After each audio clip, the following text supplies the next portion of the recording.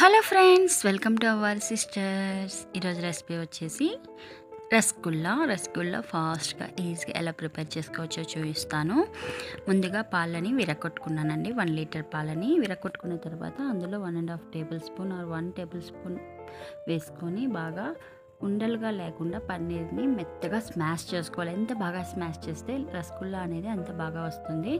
తర్వాత 1 గ్లాస్ షుగర్కి 5 glass water వేసి నేను మరిగించుకుంటున్నాను. ఈ వాటర్ మరిగిన తర్వాత అందులో మనం రసగుల్లాలు వేసుకోవాలి. పన్నీర్ బాల్స్ వేసుకోవాలి.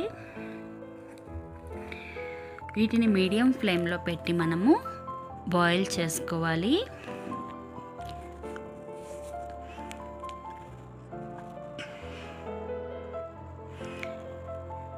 రసగుల్లాలని మనము గెరటితో కలపెట్టకూడదండి, చెదిరిపోతాయి. క్లాత్ తీసుకొని లేదా హ్యాంగర్ తీసుకొని ఈ విధంగా మనము కలపెట్టుకోవాలి. రసగుల్లా అయ్యిందో లేదో తెలుసుకోవాలనుకుంటే మనము వాటర్లో వేసినప్పుడు మునిగిపోతే మనకి రసగుల్లా రెడీ అయిపోయినట్లే. మన రసగుల్లా ప్రిపేర్ అయిపోయింది.